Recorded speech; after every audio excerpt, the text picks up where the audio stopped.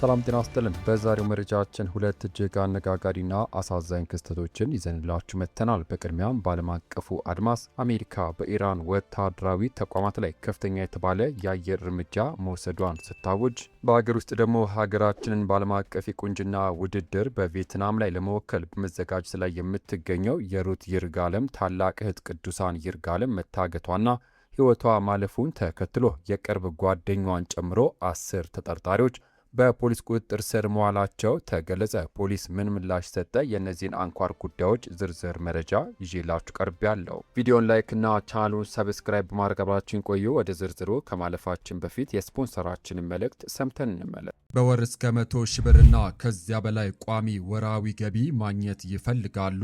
እንግዲያውስ መርካቶ ተክለ ሃይማኖት የሚገኘው አዲሱ የንግድ ማዕከላችን ለእናንተ የተለየ የኢንቨስትመንት ዕድል ይዞ መጥተዋል። ከ11 ካሬ ጀምሮ ያሉ ሱቆችን በ640 ሺህ ብር ቅድመ ክፍያ ብቻ በማስያዝ የባለቤትነት መብቶን ያረጋግጡ። ግንባታው ሲጠናቀቅ በከፍተኛ ዋጋ በማከራየት አስተማማኝ የሀብት ምንጭን ይፍጠሩ። ለምን? ተክለ ሃይማኖት ከፍተኛ የንግድ እንቅስቃሴ በመኖሩ ሱቆ አንድም ቀን ሳይከራይ አያድርም። ወደፊት መልሰው መሸጥ ቢፈልጉ እንኳን በገዙበት እጥፍና ከዚያም በላይ ያተርፋሉ። ለነገው ትውልድ የሚተርፍ ንብረት ዛሬውኑ የያዙ። ቦታዎች የተወሰኑ ስለሆኑ አሁኑኑ ይደውሉ። 0913 71 44 83። በቅድሚያም አሜሪካ በኢራን ላይ የሰነዘረችው ከፍተኛ ወታደራዊ እርምጃና የዲፕሎማሲው ውጥረት። የአሜሪካ ጦር ኢራን በዋሽንግተን ኃይሎች ላይ ለሰነዘረቻቸው የመልስ ምት ጥቃት ሙከራዎች አጸፋዊ ምላሽ ለመስጠት ሲል ረቡዕ ምሽት በኢራን ወታደራዊ ይዞታዎች ላይ ከፍተኛ የተባለ የአየር እርምጃ መፈጸሙን አስታወቀ።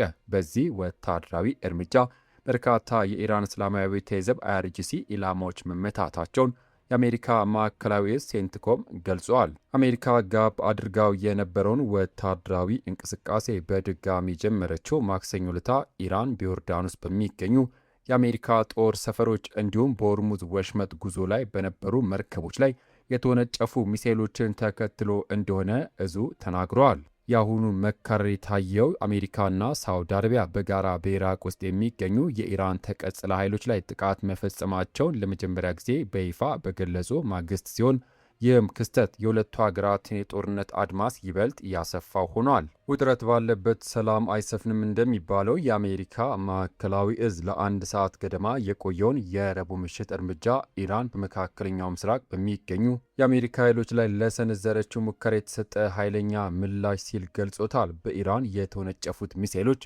በሙሉ በቅጽበት እንዲከሽፉ መደረጋቸውንም አክሏል። በዚሁ ጥቃት የኢራን ወታደራዊ የእዝ ማዕከላት፣ የሚሳኤልና የድሮን ተቋማት፣ የባህር ዳርቻ ቁጥጥርና መከላከያ ስፍራዎች እና የባህር ኃይል አቅሞች ኢላማ መደረጋቸው ተገልጸዋል። ይህ እርምጃ ከመፈጸሙ አስቀድሞ ፕሬዚዳንት ዶናልድ ትራምፕ ለኢራን ሙከራ ከባድ ምላሽ እንደሚሰጡ አስጠንቅቀው ነበር። የኢራን እስላማዊ አብዮታዊ ዘብ በበኩሉ ዮርዳኖስ ውስጥ የሚገኘውን የአሜሪካ አየር ኃይል ጦር ሰፈርና የእዝ ማዕከልን ኢላማ ያደረገበትን ምክንያት የራሱን ማብራሪያም ሰጥቷል። አሜሪካና እስራኤል ባለፈው የካቲት ወር በኢራን ላይ ወታደራዊ ዘመቻ በከፈቱበት ወቅት ፕሬዚዳንት ትራምፕ ሂደቱ የሚቆየው ለጥቂት ሳምንታት ብቻ እንደሆነ ተናግረው የነበረ ቢሆንም አሁን ግን ግጭቱ 5ኛ ወሩን ይዘዋል። በዲፕሎማሲው መስመር በኩል ደግሞ አዳዲስ መረጃዎች ወጥተዋል። የዜና ምንጮች እንደጠቆሙት ፕሬዚዳንት ትራምፕ ከሳውዲ አረቢያ የመከላከያ ሚኒስትር ልዑል ካሊድ ቢን ሰልማን ጋር የተወያዩም ሲሆን የሳውዲ መከላከያ ሚኒስትር አገራቸው ውጥረቱ እንዲረግብና ሰላም እንዲወርድ እንደምትፈልግ ማሳወቃቸው ተገልጿል። አሜሪካ ለ13 ተከታታይ ቀናት ጥቃት ስትፈጽምበት፣ ኢራንም አጸፋውን ስትመልስበት የቆየው ግጭት ለቀናት አንጻራዊ መረጋጋት ታይቶ የነበረ ቢሆንም አሁን ግን በድጋሜ ተቀጣጥሏል። ትራምፕ እጅግ ወዳጅነት የተሞላባቸው ድርድሮች እያደረግን ነው ቢሉም ቴህራን ግን ውይይቱ መጀመሩን አስተባብላለች። የሳውዲ አረቢያ የሰላም ጥሪና የትራምፕ ከባድ ወታደራዊ እርምጃዎች የባሕረ ሰላጤውን ወደፊት ወዴት የሚያመሩት ይመስላችኋል? ሀሳባቸውን በኮሜንት መስጫው ላይ አስፍሩልን። በመቀጠል ሀገራችንን ወደ አሳዘነውና በአዲስ አበባ ከተማ ወደ ተፈጸመው አሳዛኝ የቅዱሳን ይርጋለም የሕይወት ማለፍ መረጃ አልፋለሁ።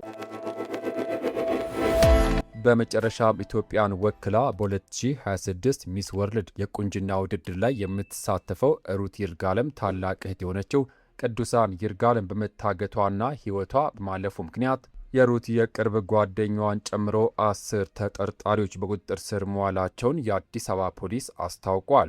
በድርጊቱ ከተጠረጠሩት መካከል የሩት የቀድሞ ጓደኛና ፍቅረኛዋ ከሌሎች 8 ተጠርጣሪዎች ጋር በመቀናጀት ወንጀሉን እንደፈጸሙ ተጠርጥረው በቁጥጥር ስር መዋላቸውን ፖሊስ ገልጿል።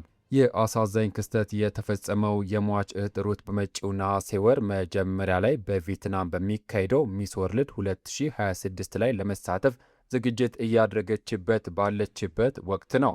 የአገሯን ባህል ለማስተዋወቅ በአርባ ምንጭ ከተማ ቆይታ እያደረገች በነበረችበት ወቅት ነው የእህቷ መታገት እየሰማችው። የፖሊስ የምርመራ መረጃዎች እንደሚጠቁሙት የአዲስ አበባ ፖሊስ ዋና ጠቅላይ መምሪያ የሕዝብ ግንኙነት ኃላፊ ኮማንደር ቶማስ ሸቴ እንደገለጹት ተጠርጣሪዎቹ ድርጊቱን የፈጸሙት የገንዘብ ጥቅም ለማግኘት በማሰብ መሆኑን በሰጡት ቃል አምነዋል። ተጠርጣሪዎቹ ታጋቿን ለማስለቀቅ ከቤተሰቦቿ 2.5 ሚሊዮን ብር ጠይቀው የነበረ ሲሆንም ገንዘቡን ለመቀበልም የተለያዩ ድርድሮችን ሲያደርጉ እንደነበር ተገልጿል።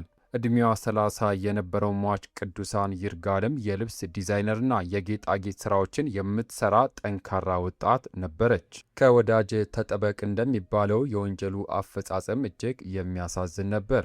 የምርመራ ሂደቱን እንደ እማኝ ሲከታተሉ የነበሩት የሚስ ወርልድ ኢትዮጵያ ተወካይ አቶ አበባው አበበ እንዳብራሩት በወንጀሉ ከተጠረጠሩት መካከል አንዷ ከ9ኛ ክፍል ጀምሮ የሩት የቅርብ ጓደኛ የነበረች ናት። ከጊዜ በኋላ አለመግባባት ተፈጥሮ ግንኙነታቸው አቋርጠው የነበረ ቢሆንም ሐምሌ 10 ቀን ተጠርጣሪዋ ማንነቷን ደብቃ በሌላ ሰው ስም ለቅዱሳን በመደወል የሩትን ልደት ሰፕራይዝ ለማድረግና ጌጣጌጥ ለመግዛት በሚል ትቀጥራታለች። ቅዱሳንም ጉዳዩን በማመን ሜክሲኮ አካባቢ ተገኝታ የቀጠራት ሰው የእህቷ የቀድሞ ጓደኛ መሆኗን ብታይም ተጠርጣሪዋ አዲስ ቤት ተከራይቻለሁ፣ መተሽ ቤቴን ብታይልኝ ደስ ይለኛል በማለት ኮዬ ፈጬ አካባቢ ወደ ተከራየችው ቤት ትወስዳታለች። በመቀጠልም ወደ ሌላ ቦታ በመውሰድ እገታውን የፈጸሙ ሲሆን በሟች ላይ የደረሰው ድርጊት እጅግ ኢሰብአዊና አሳዛኝ እንደነበረ ፖሊስ አስታውቋል። የሕግ አስከባሪዎች ምርመራቸውን አጠናክረው ቀጥለዋል። በአሁኑ ወቅት ዋና ተጠርጣሪዎችን ጨምሮ በጥቅሉ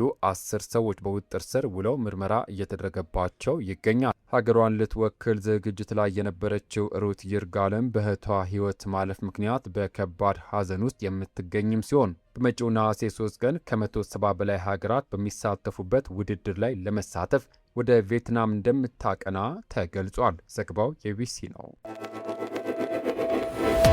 ክቡራትና ክቡራን የተከበራችሁ የዩቱብ ቻናል ቤተሰቦች በአሜሪካና ኢራን አዲስ ወታደራዊ መካረር እንዲሁም በአዲስ አበባ በተፈጸመው አሳዛኝ የወንጀል ድርጊት ዙሪያ ያላችሁን አስተያየት በኮሜንት መስጫው ላይ ጻፉልን። በአሜሪካና ኢራን አዲስ የወታደራዊ መካረር እንዲሁም በአዲስ አበባ በተፈጸመው አሳዛኝ የወንጀል ድርጊት ዙሪያ ያላችሁን አስተያየት ከስር በኮሜንት መስጫው ላይ ጻፉልን። ለሟች ቤተሰቦች መጽናናት እንመኛለን። ቪዲዮን ላይክ ማድረጋችሁን እንዳትረሱ። ከሰዓታት በኋላ በሚወጡ በአዳዲስ ሰበር መረጃዎች እስከምንገናኝ ሰላም ለሀገራችን፣ ሰላም ለመላው ዓለም ይሁን። በያለንበት የዓለም ዳርቻ ቸር እንቆይ።